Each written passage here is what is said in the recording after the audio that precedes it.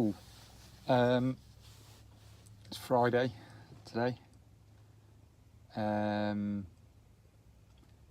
was attempting to record a blog today, but however, due to the unit that I'm in, I couldn't. The beady-eyed of you will notice it's a Mercedes. This seat bit might give it away. It's a Mercedes-Benz Actros. I was attempting to record, but because of one of the major flaws with the Mercedes, the footage, I've just looked at it, it's not usable. Basically,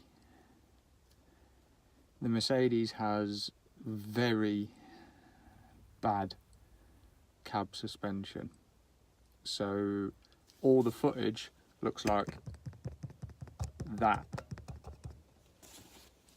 I do apologise if that was noisy, but that's what it looks like. Basically the whole thing's just bouncing the whole time, so I'm not going to bother using it and uploading it, which is a shame, because where are we? We've been down to Bristol today. We've done Morrison's again at Bristol this morning, and then we went to Shepton, I believe. We had to go through Glastonbury, and it was tight. It was interesting. Would have made some good footage had it have not been blurry due to it bouncing around. So yeah, I'm not going to upload it at all, just purely because it won't be worth watching. So yeah, I'm in the Mercedes-Benz Actros 7, no, I don't know what it is. Without getting out and looking on the door, I can't remember.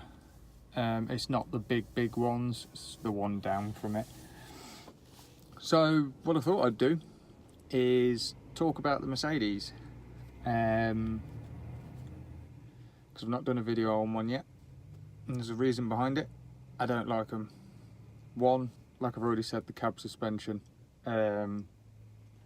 I've tried adjusting the seat in all the possible ways going. I still can't get it to give me a very smooth journey for me. There's no hope for the camera. But yeah, it just feels like your eyes are being rattled around in your socket. Your brain's being shook around inside your skull, and you feel like you've got whiplash. So that's problem one. Problem two, the gearbox in it. It has a tendency, when you're trying to pull off at a roundabout or out of a junction, to suddenly decide the gear it was in isn't the right gear it wants to be in, and it'll change down, but it takes a while to change as it's doing it. So you're kind of like left hanging, like already having gone out onto the roundabout. So it's a bit ridiculous, really. So yeah, that's problem two. Problem three is the drinks holder in it. It is absolutely ridiculous. I will show you what I mean.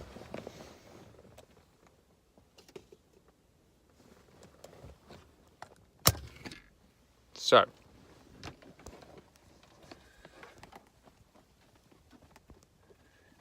that is the drinks holder. Let me get a bottle of drink and I'll show you. So when it's in like that and you accelerate, whoop, out falls your bottle. It's got a massive lip behind it, but the lip at the front, let's see if I can show you how small it is. Look, it's tiny. It's just ridiculous. Whoever designed that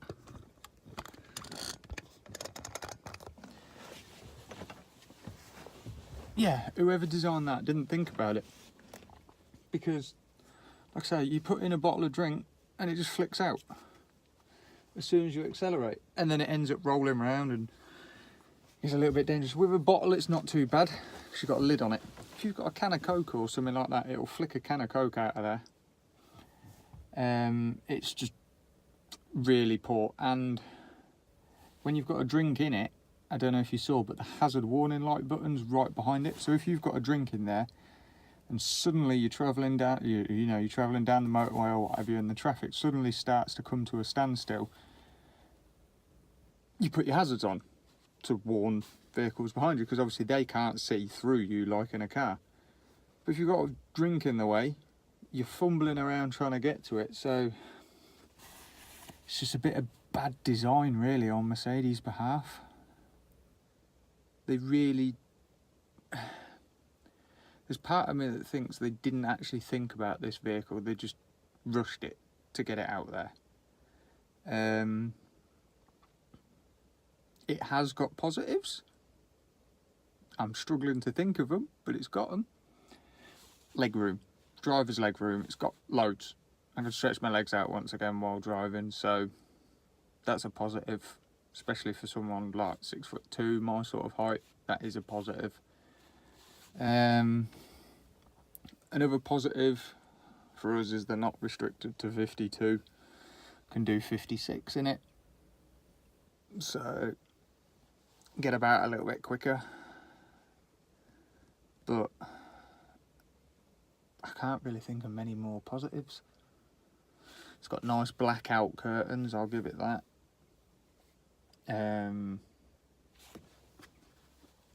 Hole in my sock, it's not good.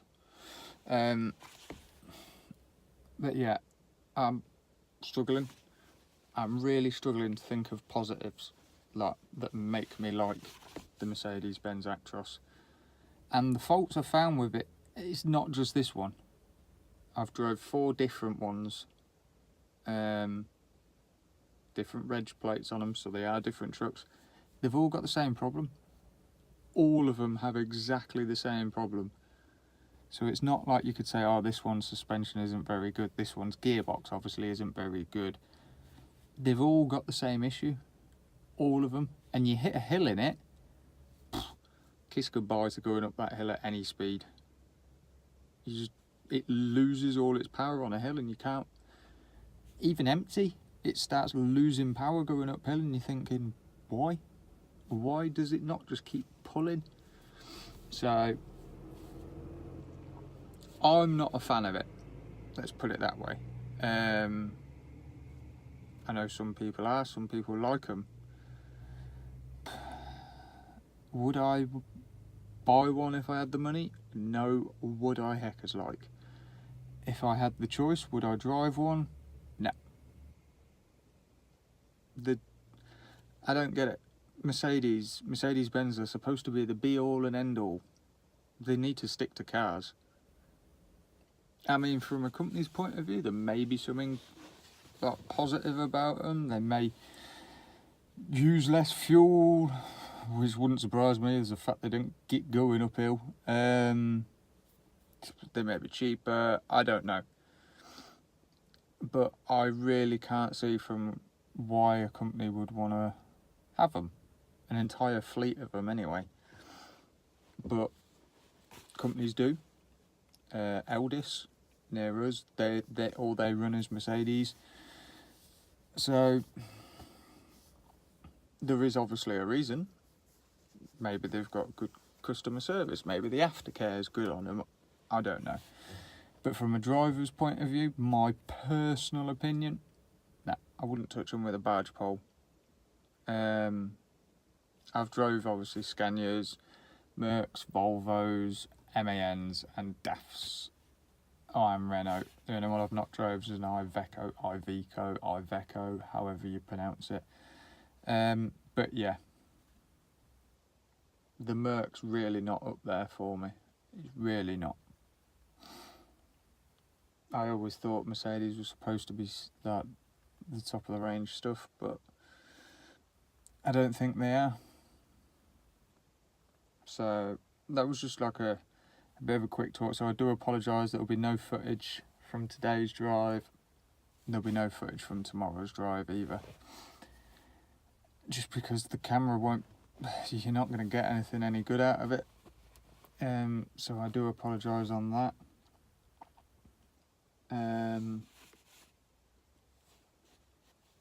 That's probably pretty much it.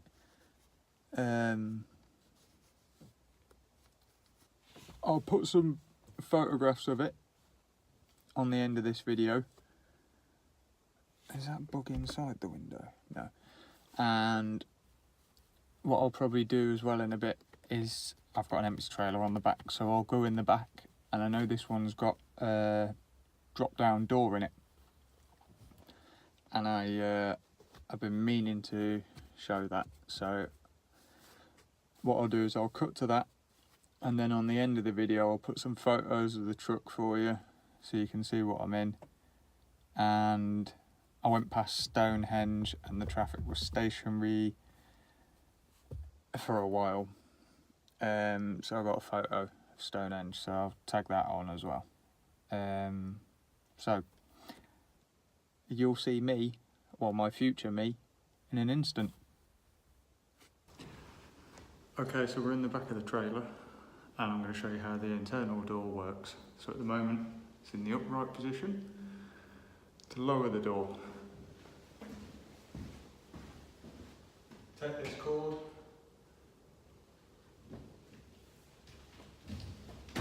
he says, give it a pull, the door starts coming down.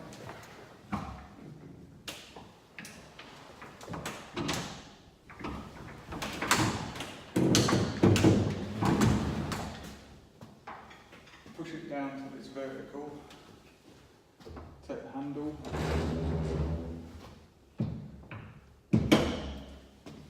latch it in, that's the door down and sealed.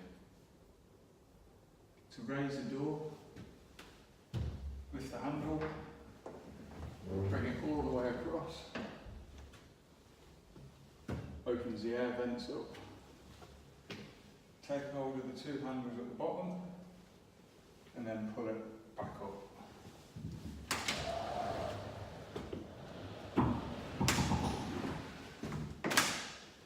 Now if you need to move the door backwards and forwards, this separate cord, you pull that, which releases the locking mechanism and allows the door to slide.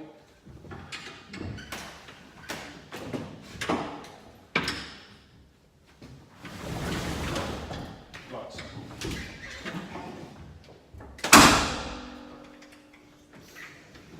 Now says put the door up, push it up.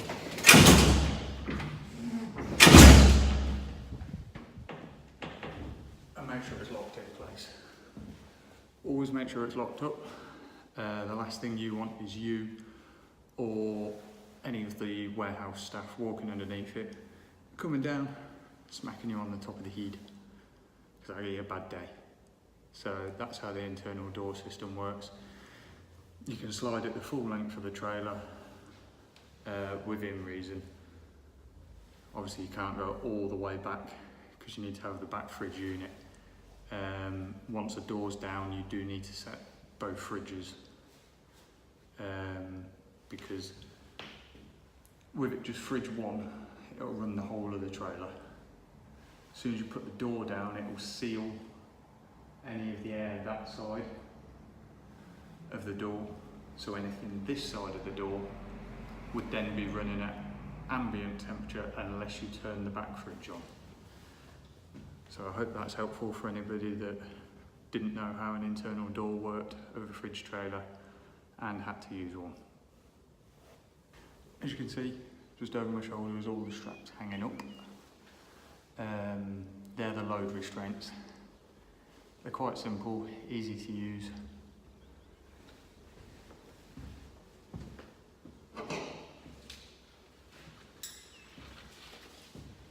Two ends with hooks on them.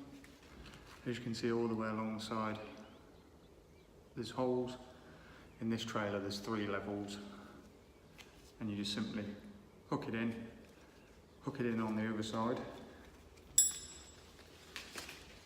pull it so it's tight by pulling this spare one, and then flicking the latch down, and that secures the load. And then just for storage, all I do is take one, hook the other one into it so it's nice and neat, and then hang them up just by the back door. So each pair, I'll show you closer up.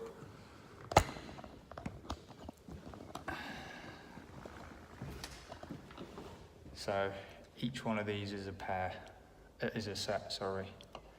So I know if I need any, I just grab the top one, and that's a complete set.